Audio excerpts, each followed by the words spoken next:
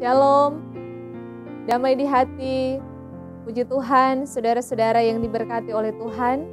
Di saat ini kita boleh berjumpa lagi melalui siaran video tim multimedia Marturia Gemim Bukit Kasih Girian Permai untuk bersama-sama belajar tentang kebenaran firman Tuhan yang akan menjadi perenungan warga Gemim pada tanggal 23 sampai 29 Oktober tahun 2022.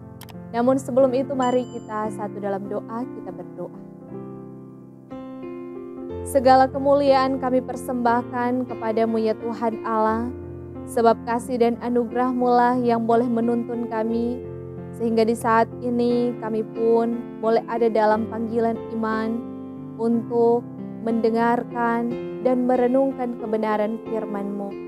Dan biarlah kiranya melalui siaran video, melalui tim multimedia Marturia Gemim Bukit Kasih Girian Permai ini boleh menjadi berkat bagi setiap pendengar yang mendengarkan firman-Mu, dan banyak jiwa dimenangkan untuk hormat dan kemuliaan nama Tuhan.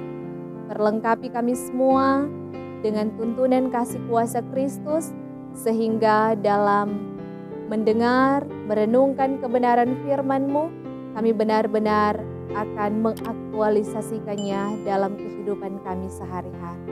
Dan saat ini kami siap untuk membaca, merenungkan kebenaran firman-Mu hanya di dalam nama Tuhan Yesus Kristus, firman kehidupan kami.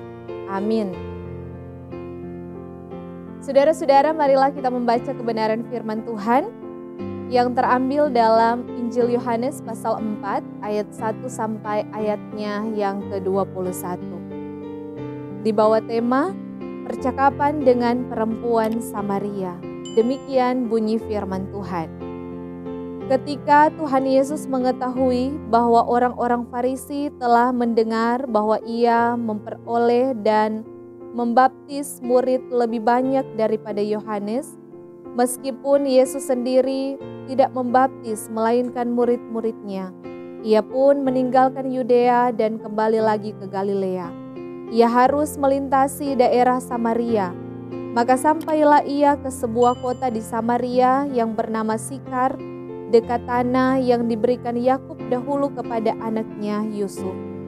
Di situ terdapat sumur Yakub. Yesus sangat letih oleh perjalanan, karena itu Ia duduk di pinggir sumur itu. Hari kira-kira pukul 12, maka datanglah seorang perempuan Samaria hendak menimba air. Kata Yesus kepadanya, "Berilah aku minum." Sebab murid-muridnya telah pergi ke kota membeli makanan. Maka kata perempuan Samaria itu kepadanya, "Masakan engkau seorang Yahudi minta minum kepadaku seorang Samaria?" Sebab orang Yahudi tidak bergaul dengan orang Samaria.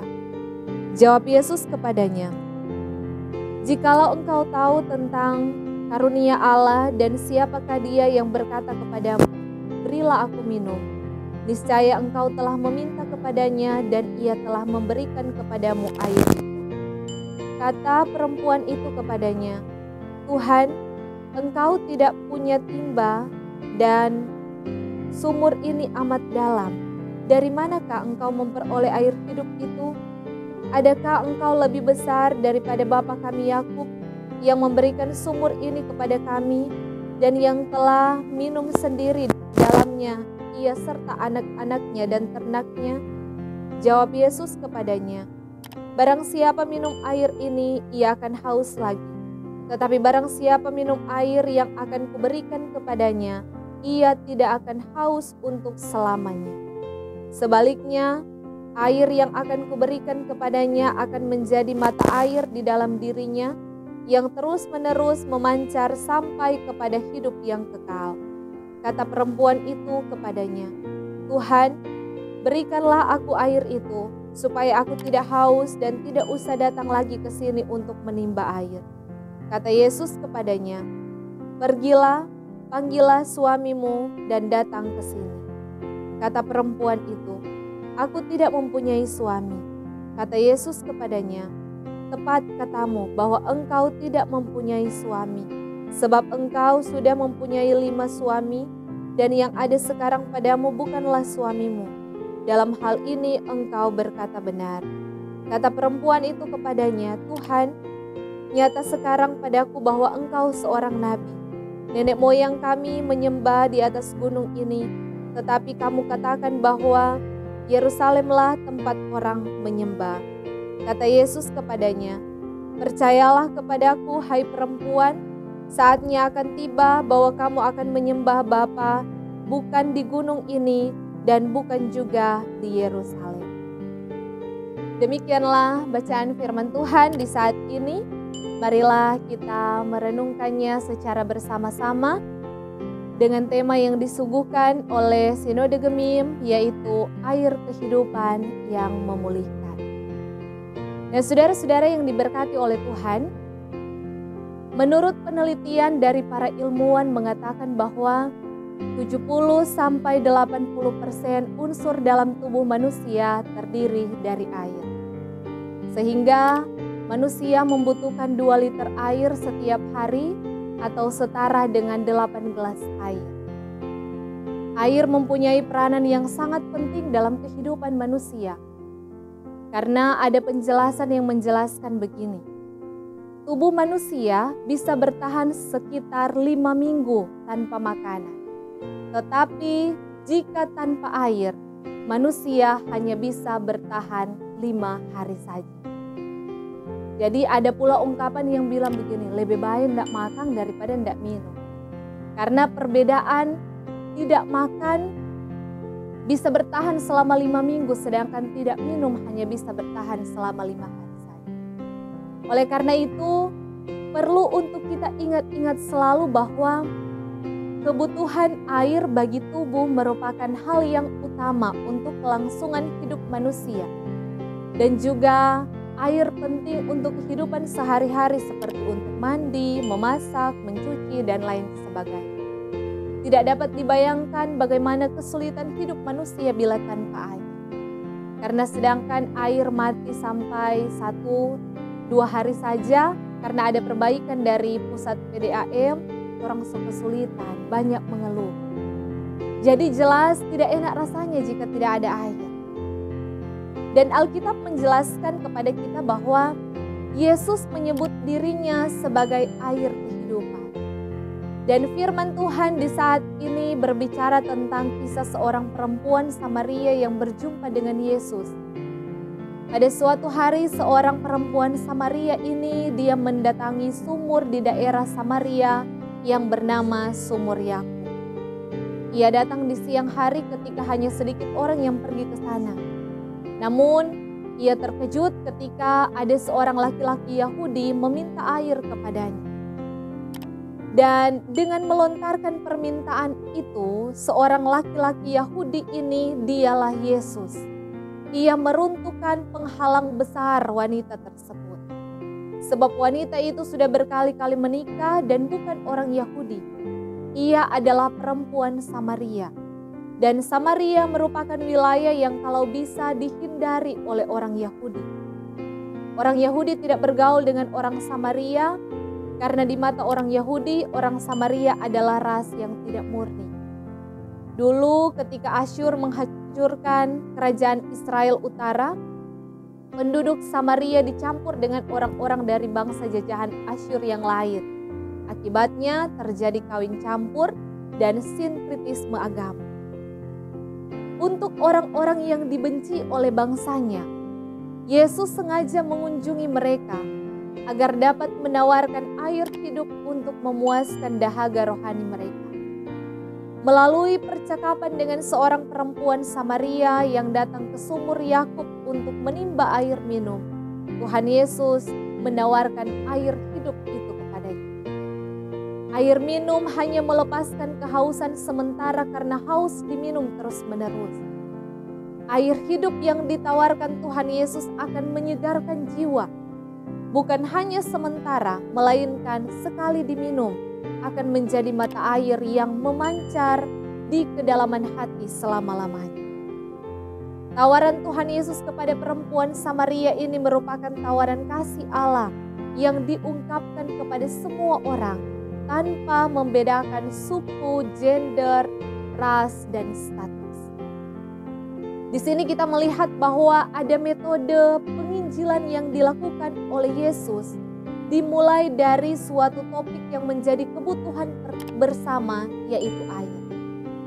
Sebuah hal sederhana, yaitu permintaan air minum, ternyata berlanjut dengan pembicaraan tentang air hidup. Permintaan itu direspon dengan keheranan dari seorang perempuan Samaria karena yang meminta itu adalah laki-laki Yahudi, yaitu Yesus.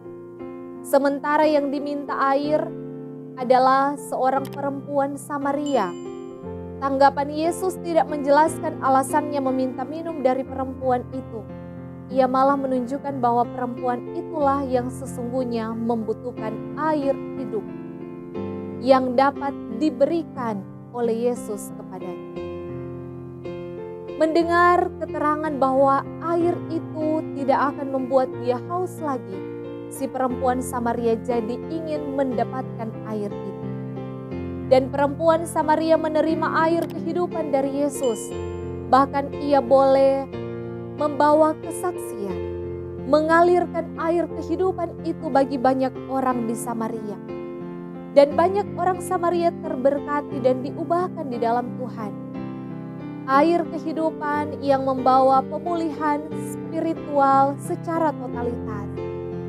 Yesus membawa perubahan baru pada perempuan Samaria.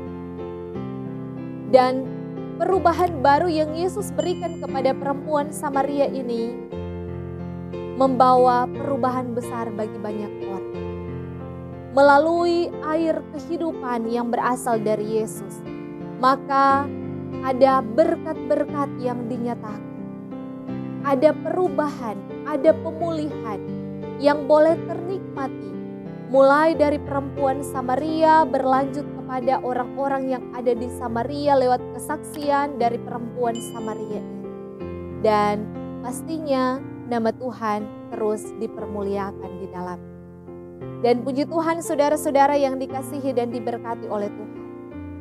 Melalui perenungan firman Tuhan di saat ini, mengajak kita sebagai umat kepunyaan Tuhan. Kita yang pasti kadangkala ada yang memiliki latar belakang kehidupan yang kelam, memiliki latar belakang kehidupan yang penuh dengan pergumulan dan tantangan hidup, yang merasa tidak layak untuk ada di hadapan hadirat Tuhan.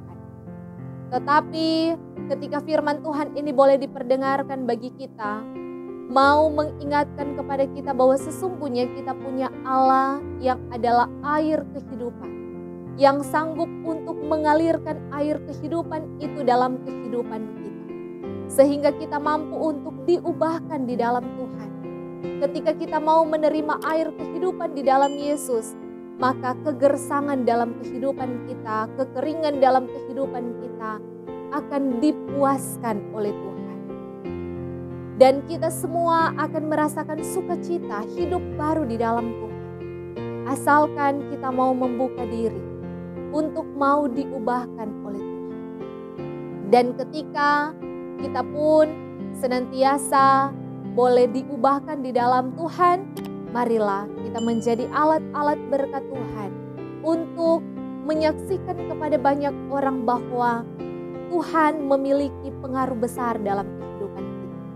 Jika Tuhan ada dalam kehidupan kita, maka kita pun akan merasakan setiap kasih dan anugerah Tuhan dimanapun kita pergi dan berada.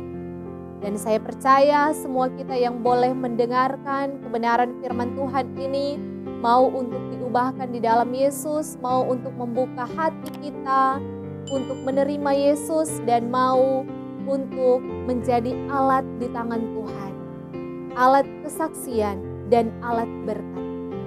Marilah kita terus mempermuliakan Tuhan, Sang air kehidupan, dan segala kemuliaan terus kita persembahkan hanya untuk Tuhan Yesus Kristus yang adalah pusat pelayanan kita semua. Terpujilah nama Tuhan. Amin. Mari kita satu dalam doa, kita berdoa.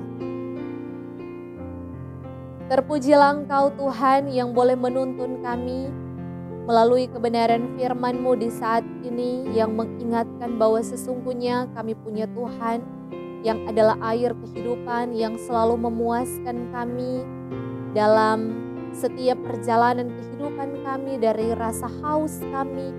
Dan kami percaya bahwa firman Tuhan di saat ini boleh terus menggugah hati dan pikiran kami untuk selalu memuliakan Engkau Tuhan dalam perjalanan kehidupan kami semua.